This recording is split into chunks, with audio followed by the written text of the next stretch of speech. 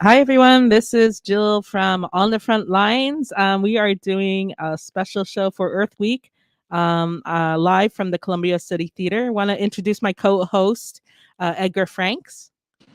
Hey, this is Edgar, Familias Unidas on the front lines, calling in. Unfortunately, I can't be in studio, but it's good to do this live video or live show here.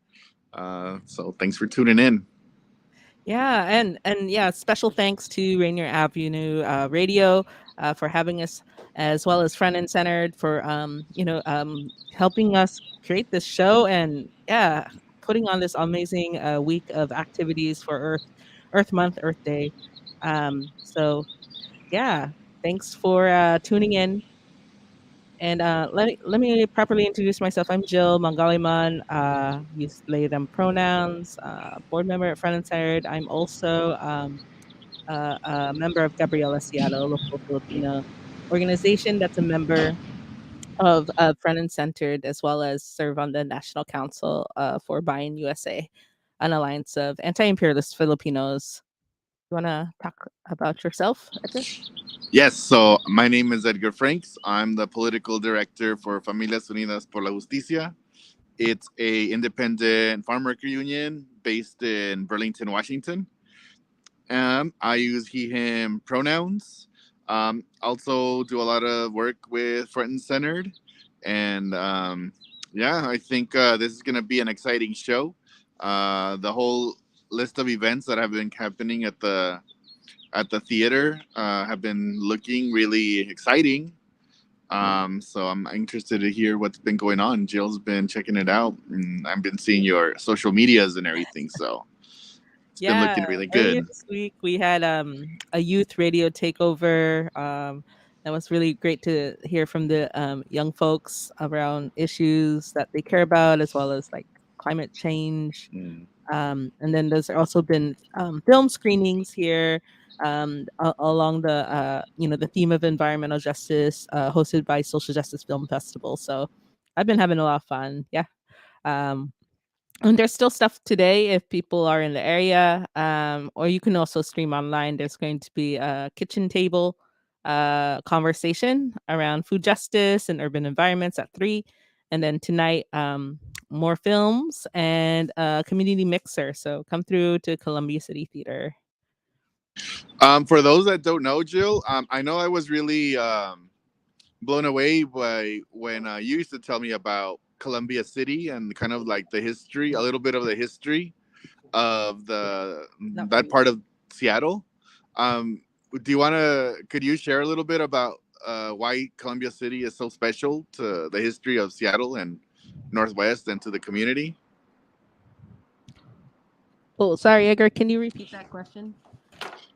Oh yeah, I was just saying. I know you had when way back in the day, you had mentioned a little bit about the history of Columbia City and how that's such a unique, special neighborhood in Seattle, and it's a history that doesn't really get talked about a lot. But yeah, in the Columbia City Theater, right there is it's very historical as Mhm. well.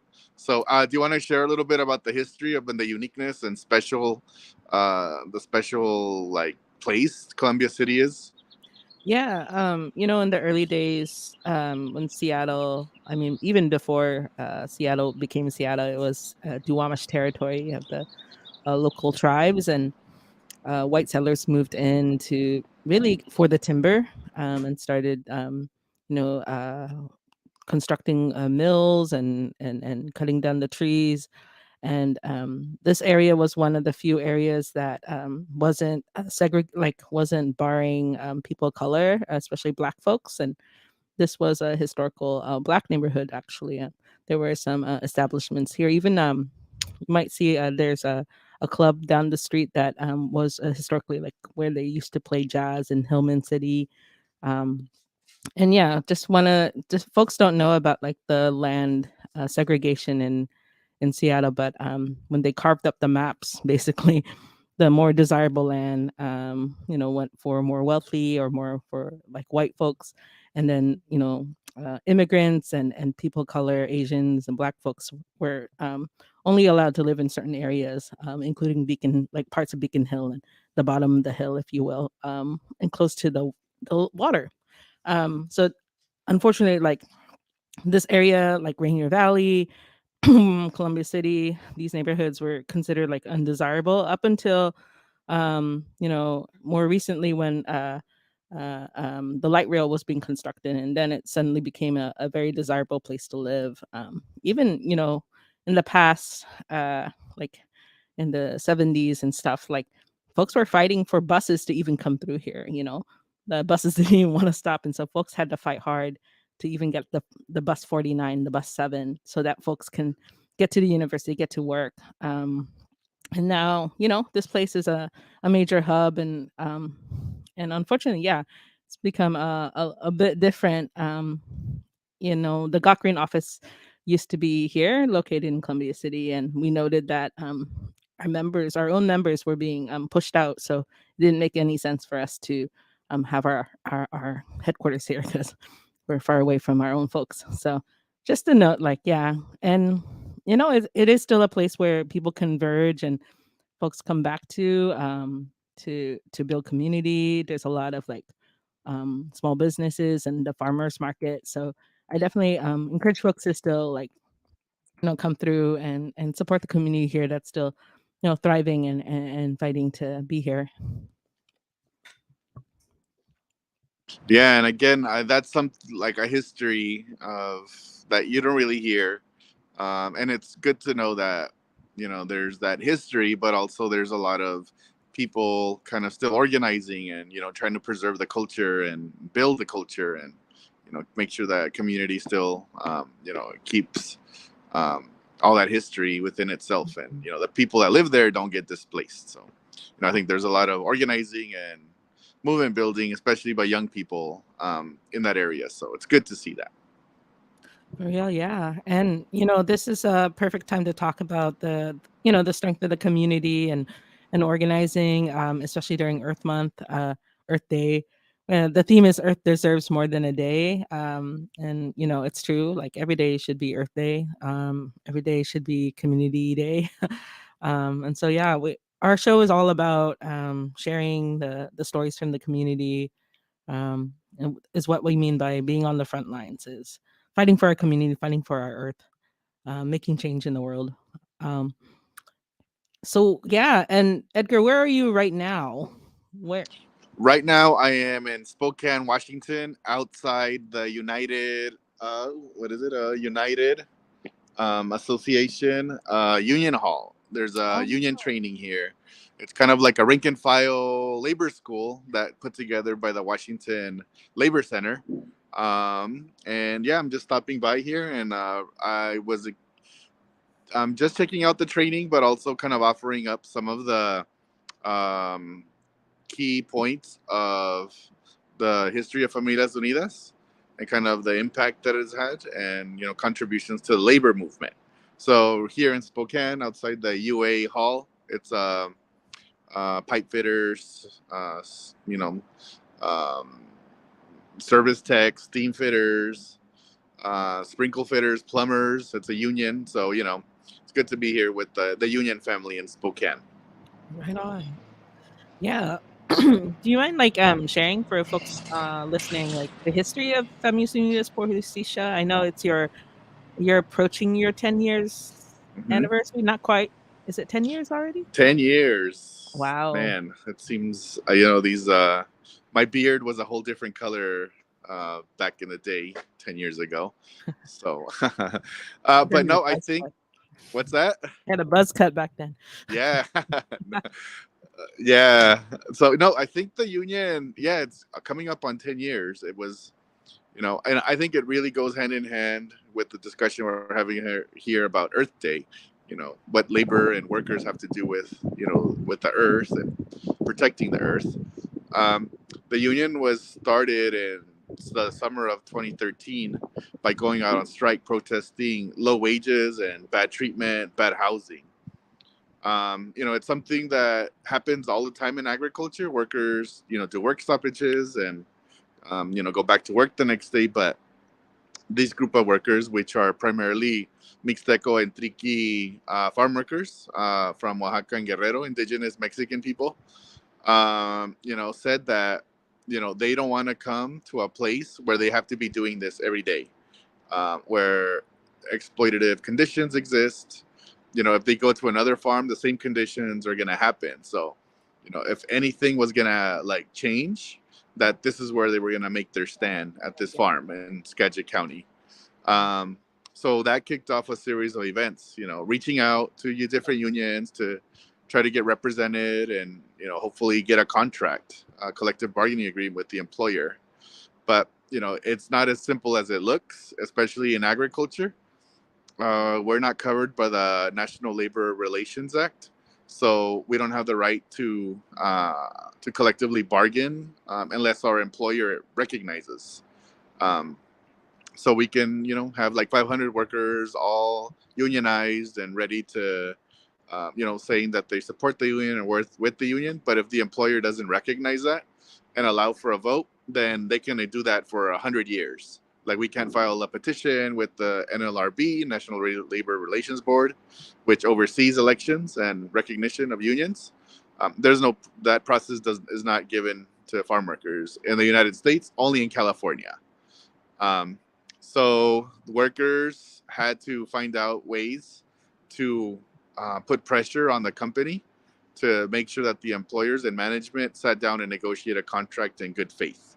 So in that same year, 2013, the workers decided to also start a boycott to put economic pressure on the employer. So, first starting out local, going to grocery stores, asking for their products to be removed, which were successful, and then eventually extended it throughout the nation. Like the boycott got so big that it took on like a whole like different. We never imagined it was going to get this much Mhm. support up and down the West Coast, East Coast, international. So we did that campaign, the boycott campaign, for 3.5 years, and it was successful. And in 2016, the company finally decided to allow for a union vote, which the workers overwhelmingly chose the union. I think it's one of the highest yes union votes in the history of Washington. So we're very proud of that. And we were one of the first farm worker unions to be formally recognized in the United States in over 30 years. So it was like the founding of a brand new union formally. The union um, has been organizing since 2013, been working under a union contract since 2017, and along those ways have been able to change a lot of laws and the narratives of what it means to be a farm worker, and also the power of unions and Mhm. worker power, especially immigrant power. So we've been able to, some of the things that we like to highlight is that we were able to win through a Supreme Court case um, the right for paid rest breaks for farm workers and agricultural workers. That was in 2015, 2014, 20, and the ruling came down in 15. So that also came with retroactive pay. So all farm workers that had been denied paid rest breaks for the previous 3 years up until that point were given back their lost wages.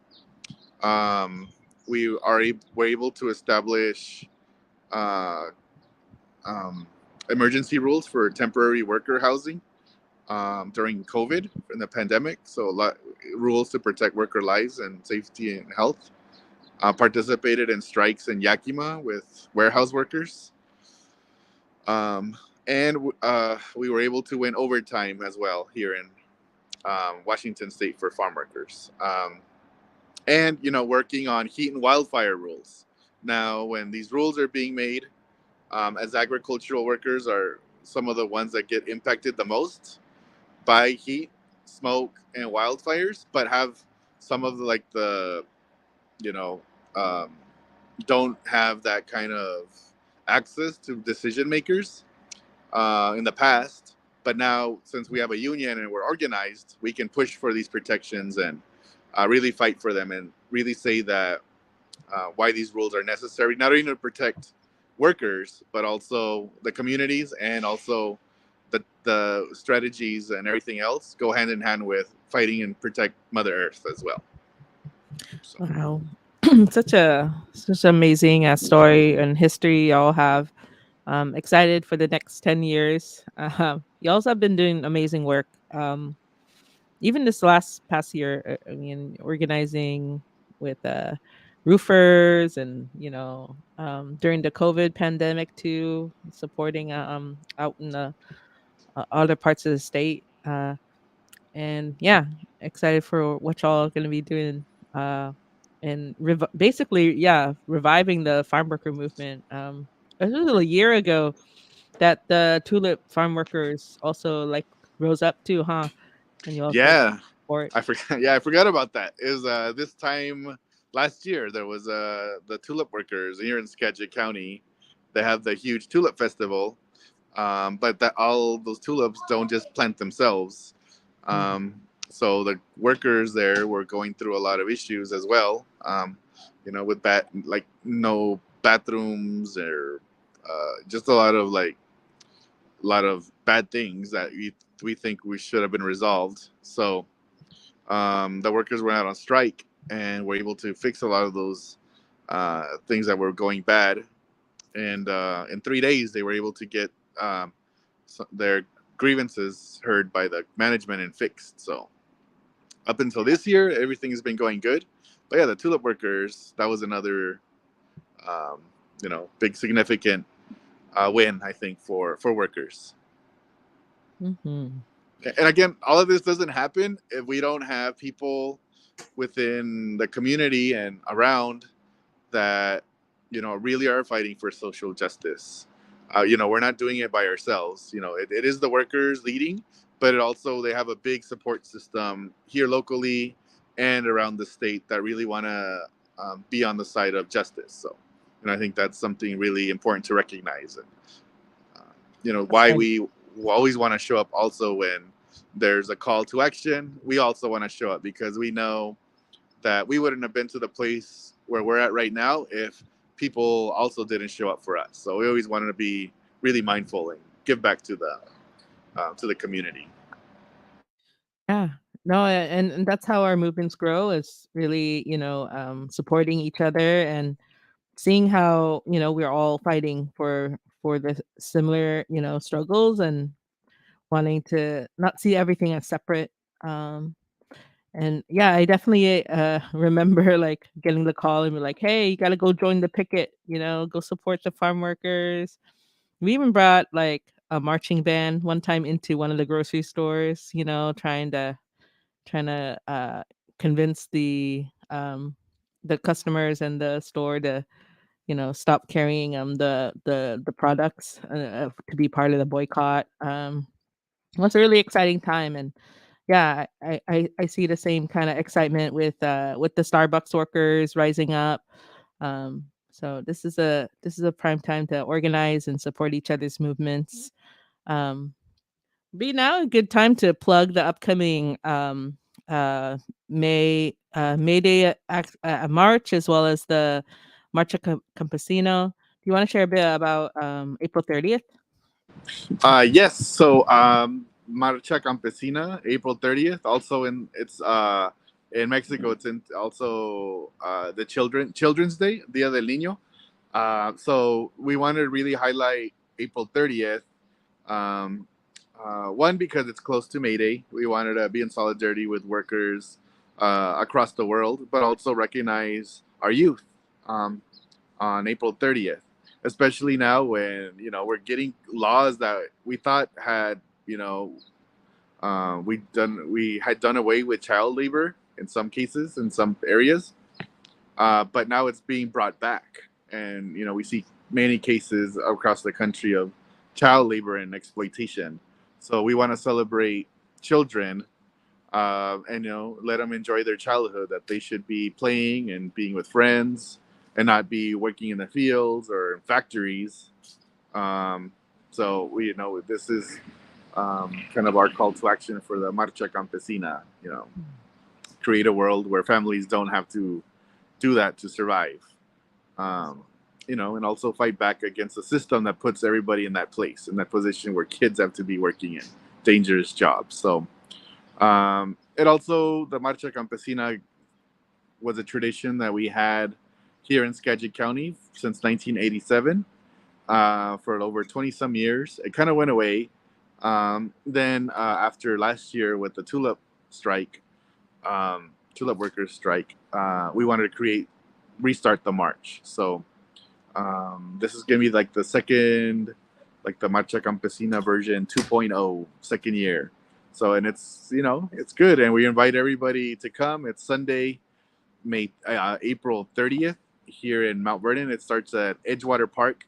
We gather around 9 a.m. We march. It's going to be like a 3-4 hour march. It's not that long of a route.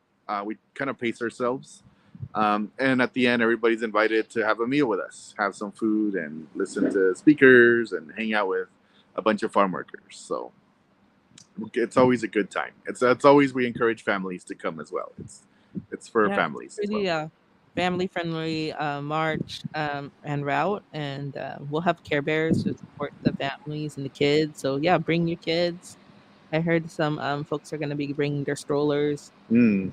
Um, People want to volunteer. We're always looking for volunteers. Yeah. for sure.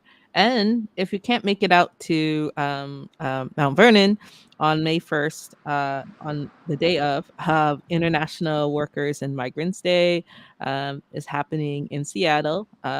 It's a tradition, we have this big mobilization every year. To really fight for the rights of immigrants, and also to honor the struggles of workers over the years of labor and the contributions, like things that we take for granted, like the 8-hour workday, or even protections for workers, child labor laws, which I see are being violated, to this day. And so really wanting to, bring back the spirit. This is celebrated and honored internationally. And so it's not just like about what's happening here in Seattle, but also happening all around the country, all around the world. And yeah, encouraging folks. I know it's a school day or a Monday, is, some folks have work, but if y'all can come out anyways, honestly, this day should be honored as a holiday, because all of the lives sacrificed to, create protections for safer workplaces and for the right to organize. That we'll be meeting at the federal building at 11:30, and there'll be a program and a march through downtown Seattle, and then we'll also end in Denny Park. So yeah, you can check it out on the El Comite Facebook, or the um, May 1st Action Coalition page as well. Yeah. Yeah, it's good to all these. I think it's important that, yeah, like you were saying, May 1st should be a holiday for everybody to come and participate in these, and in these demonstrations and acts of solidarity. Yeah, like the 8-hour workday for those who can enjoy that, overtime for those who can enjoy that, minimum wage, weekends, vacations, all of that was fought for, and people, had to risk their lives for those laws. The laws didn't just get passed because you know Franklin Delano Roosevelt signed the New Deal and all these laws. They were pushed by workers and community and people that had been excluded from everything. So those protections have been under attack within the legal system and by corporations and the business and everything, business community. So if we see, that's why we're seeing an upsurge in strikes and actions all over the U.S. and all over the world, where all the gains that were made are starting to get rolled back. even like the whole instance in France where they were trying to like raise the wage for pensions. Those are like all the things that were fought for back in the day, but they're starting to get rolled back. Mhm. Um, so I think May 1st. It's if you don't know even anything about the labor movement and want to just get educated on what's happening and get plugged in, all those events and Marcha Campesina, those are all places where you can go and hear the people, talk to people, and just kind of create a community. So, you know, um, we encourage everyone and want to see everybody participating in those marches. That's right. Yeah. And before we go on break, I definitely we really encourage folks, if you're not already part of a community group or a union or something, join something. Now's the time to be part of something bigger and fight for a better world. So um, yeah, and again, shout out to Front and Centered to for bringing all these groups together to fight for climate justice, as well as Rainier Avenue Radio for amplifying our stories. Um, yeah, it's been a wild year. Good time to organize. Yeah, and I think we're gonna go on break.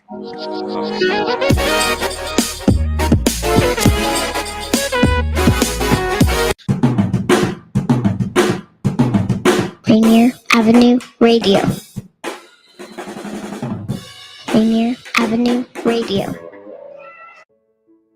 COVID-19 hurt my income, my health, and my family. We were about to lose our home when we heard we might be eligible for homeowner assistance funds from the government. We called 1-877-894-HOME, and a housing counselor stepped in. They talked to our lender and saved our home. Because falling on hard times does not have to mean losing your home. Federal funding details at washingtonhaf.org. On Rainier Avenue Radio.world, look for the Change Your Food, Change Your Life show.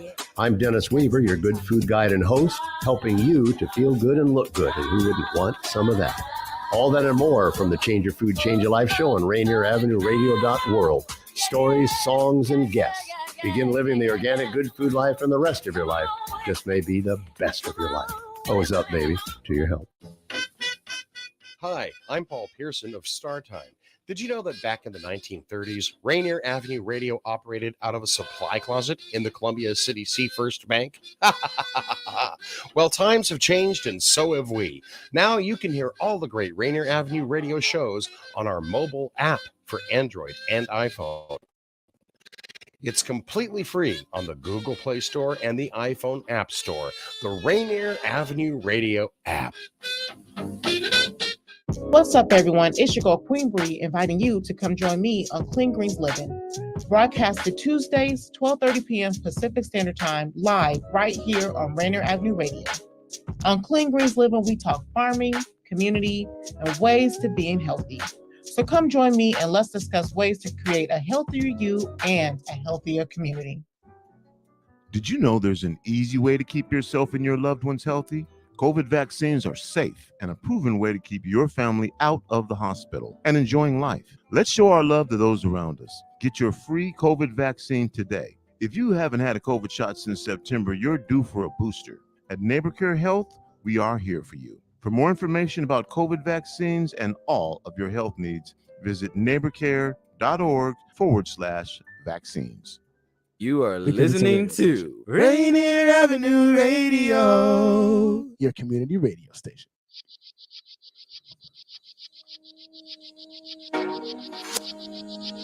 Hello. We are back on the front lines with Jill and Edgar. This is our first show of the year, and yeah, it's also Earth Week, Earth Month. Earth deserves more than a day. Sponsored by Rainier Avenue Radio and Front and Centered, as well as the Social Justice Film Festival. Edgar was just reminding me during the break that tomorrow, if folks are around and want to do more for Earth month, there's actually going to be an Earth Day action downtown Seattle, being led by 350 Seattle. And they're going to be meeting up at the City Hall at noon. And yeah, some of the highlights they're going to be talking about is like green jobs, green housing, transitioning off fossil fuels. So I know some of the buying folks are going to show up and definitely rally. But yeah, it's tomorrow. Check it out, 350 Seattle. Hey, Edgar, what's up? We're back. Yeah. And so today, like I was saying, there is going to be more activities at Columbia City Theater. So come through for a community mixer, kitchen table talk at 3:00 around food justice, as well as films hosted by Social Justice Film Festival, Doctrine and Recovery. You can also stream this online, except for the film.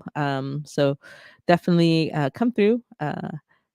Be really fun and to meet people and talk more about what does environmental justice mean for our communities here and around the world. So yeah. Also, I wanted to just like note for because it is Earth Week, Earth's Justice Day. Oh, wanted to honor Berta Caceres, who is a Honduras feminist activist, anti-imperialist, who was killed, assassinated a number of years ago. I believe it was 2014, 2015, for her work around opposing the dams constructing on her ancestral lands in Honduras. I had the opportunity to meet her daughters at one of those like international convenings, and they were ensuring that her fight wasn't lost. And I just know that there are so many people fighting to defend the earth, defend the land, and we should really you know see them as part of the what this day is about. Is like we're not just here to like have fun and but also to honor the lives that have been put on the line, defending the earth, defending our planet, defending our communities. um yeah, welcome back, Edgar. Hey, having difficulties on this new platform, but I'm back. Yay. Yeah, welcome back. I was just doing a shout out to all the land defenders and all the martyrs who've died doing the good work, doing organizing, fighting to defend the land from major corporations or state repression. Yeah. I think what comes to mind is like Berta Cáceres from Honduras. Yeah. Who was targeted because of her work on defending indigenous people's lands in Honduras, fighting like dams and extraction from these big corporations. I think there was a report that came out like maybe last year of just how dangerous it is to be like a earth protector, and just kind of like the targeting that happens and imprisonment. And so I think that is again it's when you start fighting for clean water and clean air and for land, it becomes a threat to people that have lots of power and resources. So it is a very dangerous. So yeah, we do want to recognize all the people that are putting their lives on the line and have put their lives on the line. I think that's something Earth Day also should recognize, all the work that has been done before us and people have been doing. Yeah. And it's unfortunate that the right to clean water and to protect your ancestral lands, to ensure that your mountains don't get exploded, right, for minerals, comes at a cost, right? In the Philippines, where I'm from, we have a saying, land is life. And so if the land is destroyed, our lives our livelihood is destroyed. And so people will fight to the death to protect their home. in some cases, the military comes in and have pulled people away from their ancestral land, like or even took advantage of the typhoons and made sure that people couldn't come back. And unfortunately, like countries like Brazil and the Philippines are considered the most deadliest countries for land defenders. So you see us rallying in the streets and looking so upset. This is why, because our people are being attacked by these corporations, by militarism, uh, and But I think it, despite all this heavy stuff, we do want to like you said, like honor their legacies and not take for granted. And a lot of us are here because we were inspired to take up take up the organized, take up the good work. And so I hope folks aren't disillusioned or feeling hopeless. That as long as people keep fighting, the movement will never die. So we will support each other and keep up this good work against the great odds that are against us. The people will always win if we keep at it. And that's why I appreciate a lot of the organizing that's happening today. It seems like people are really fighting for a better are fed up basically with the current system we have. No one wants to lose their homes or have to live in pollution or see their loved ones be separated. So I see like a shift. Yeah. Well, and I think that kind of going just some things that have been happening for Earth Day. I think today they reintroduced the resolution for a Green New Deal with a lot of Alexandria Ocasio-Cortez and some of the other supporters. Environmental justice community leaders and climate justice leaders were also there present to call for this new, basically a Green New Deal to really, push a lot of the things that communities have been saying, to put a lot of the projects that people, workers, and communities have been, asking for and doing already, to make sure that those projects, that really help heal the earth, get prioritized by funding, by creating new laws and protections. So I think, this is, I think, and also a good, step into also saying and pushing, people are in like the political arena or want to push for positive legislation. Maybe this is like something that can be really pushed for, like things from a Green New Deal, a real Green New Deal, not one that gets watered down and, turns into a greenwashing thing, but, really listen to the people that are the most affected. So I think that, if people, I think today they announced the Green New Deal thing. So if people want to look up some articles, you can probably just search up Green New Deal 2023 to hear what people are saying. And, people like policy, and all that, want to get involved. I think that's like another thing people can kind of take on and really learn about. That's real. Yeah, the first time I heard about Green New Deal was in, oh gosh, it was a number of years already, like 2018, 2019. And, it was really exciting to see the youth really push for it. They were like, you know, going and doing sit-ins at the Capitol, like really confronting our lawmakers, like, do something. We got an emergency, guys. This world is like dying. Like, and to see that big movement of youth. Shout out to Sunrise Movement, Extinction. The yeah, it was those are some pretty exciting times. So it just goes to show things don't happen overnight. It takes time to really push for things.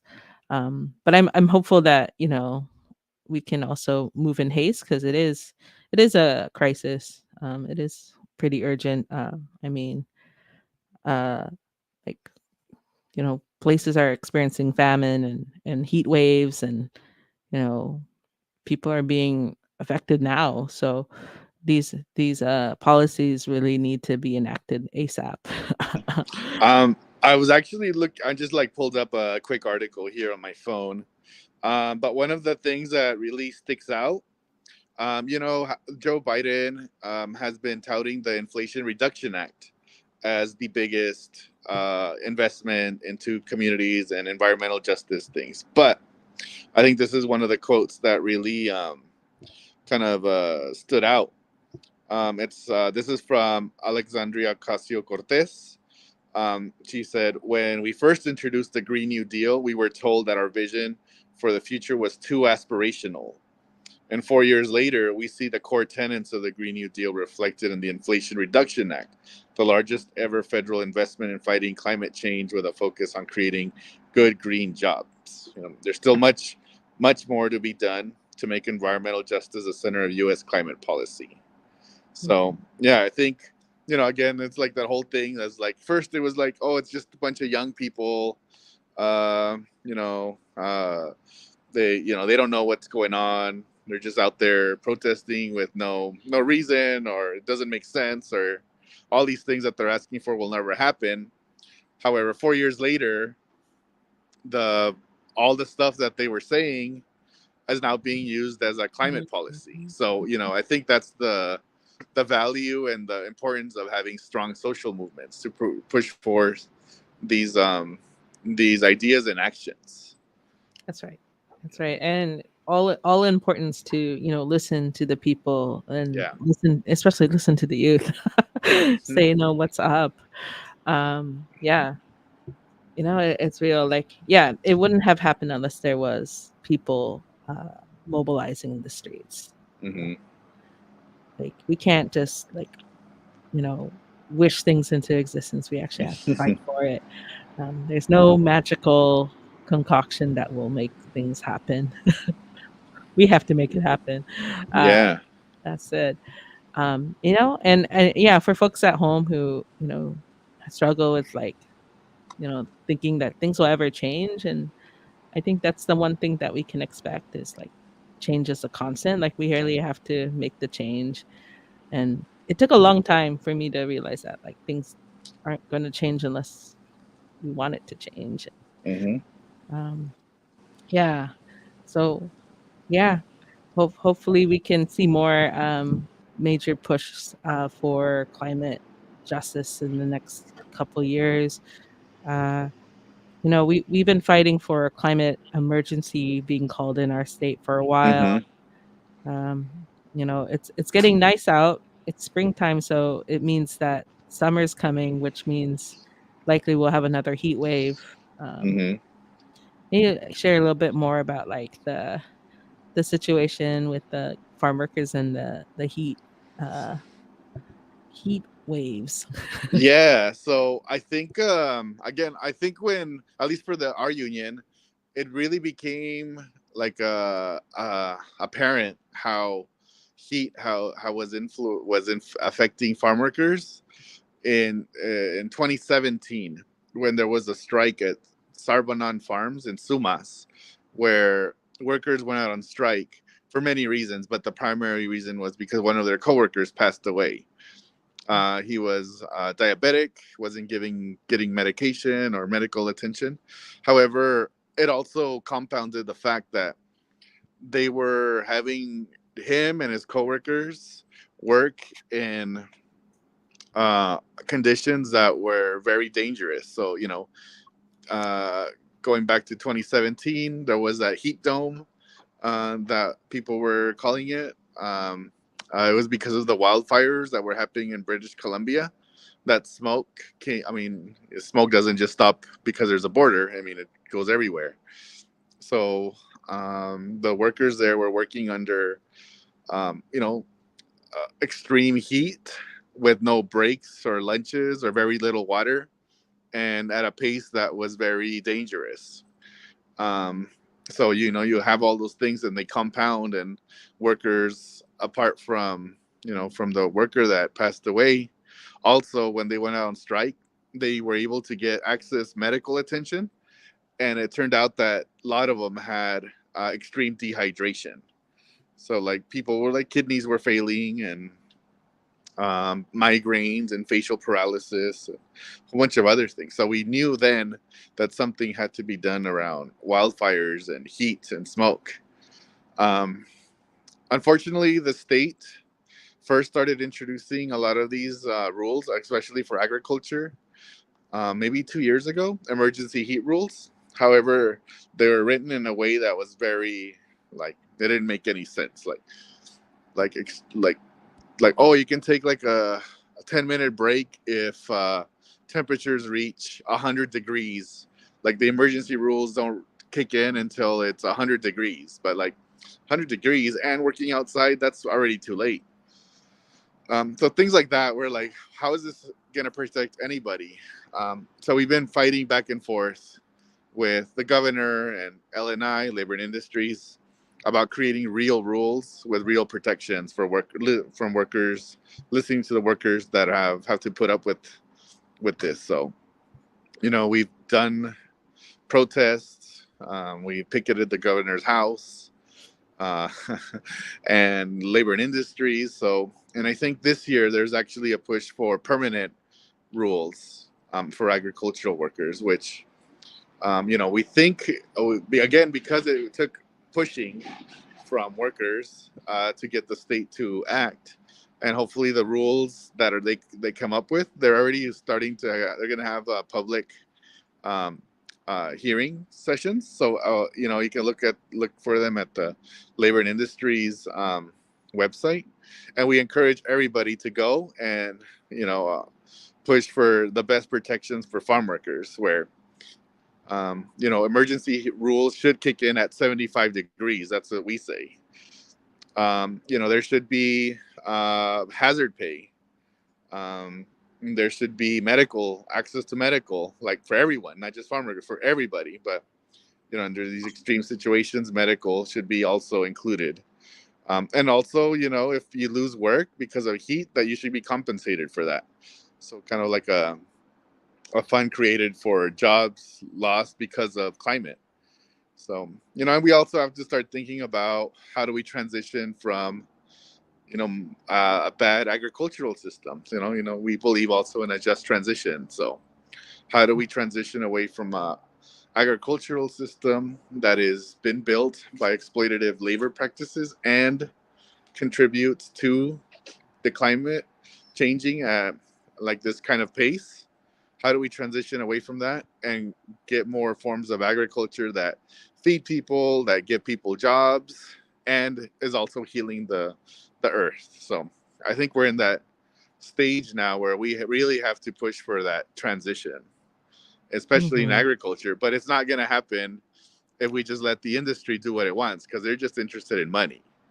So that's why the workers and organizing is really key to all of this to work. Otherwise, we're just gonna let the industry, like, basically, like, burn us all to the ground just to make a dollar. Yeah, and I think at this time, like, we really do need to rethink our priorities as a society. What's more important, is it profit or our lives, or the planet? It's a really, we're faced with this right now. Like I said, it's a crisis. We're facing crisis. And one of the things that the government usually says is, "Oh, we don't have funding, or we don't have resources to put towards these transitions." And I would say, like, actually, the amount of resources that the government puts towards the military and police could be used for much better things, or even like the pushbacks or the incentives they give to corporations, that actually should be put towards these transition to healthier agricultural practices, or education, or food programs.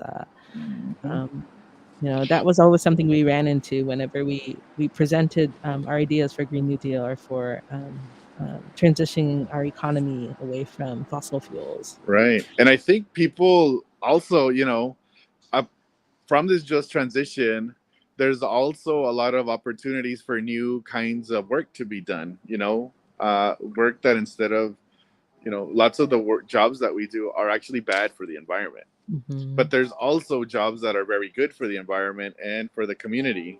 So I think that's something that really needs to be invested in also as well. I was at this aerial wildfire fighter conference. It was really interesting.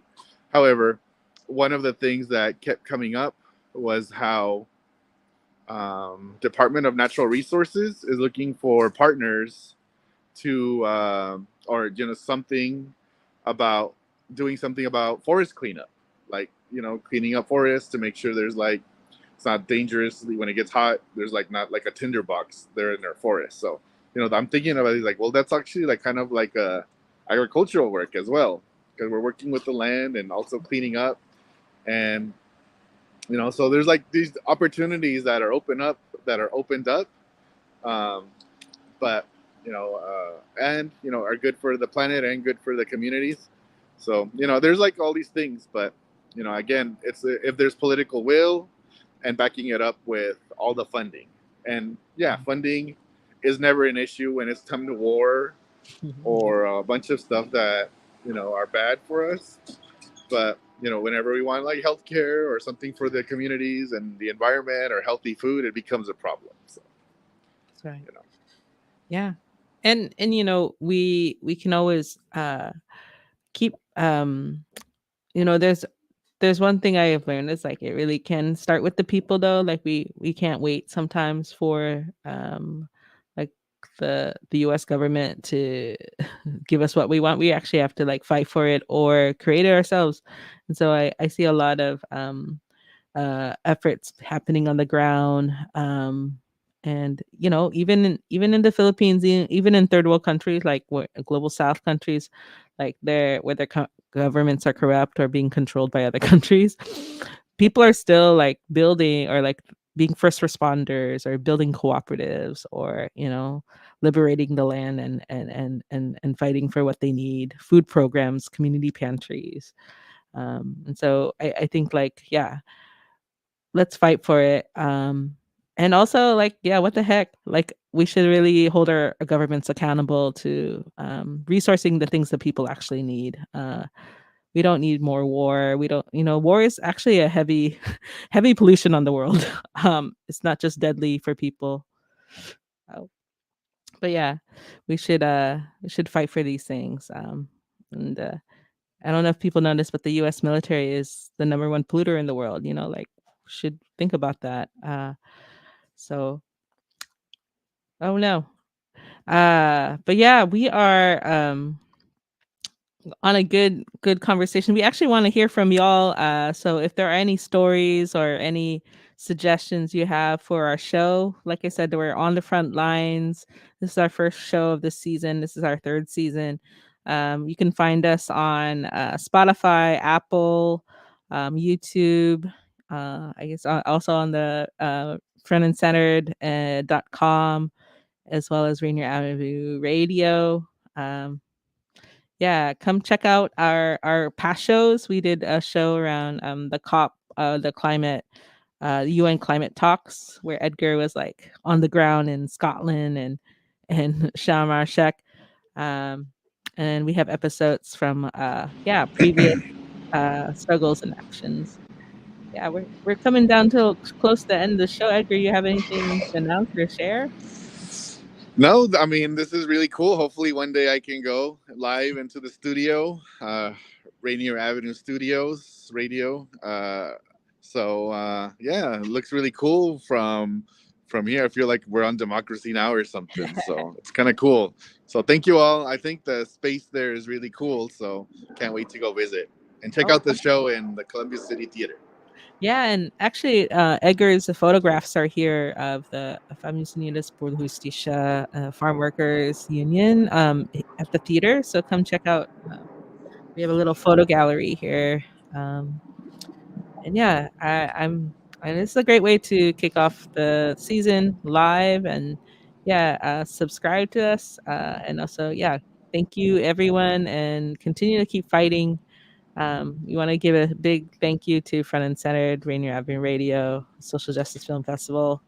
And looking forward to doing more shows with you. And if you have any questions or any suggestions, please send it our way. We'll take a look. But this is fun. Find us on Spotify and Apple Radio and on friendandcenter.org. That's right. Yeah. Happy Earth Week, month, year. And keep fighting. We're here. Yeah.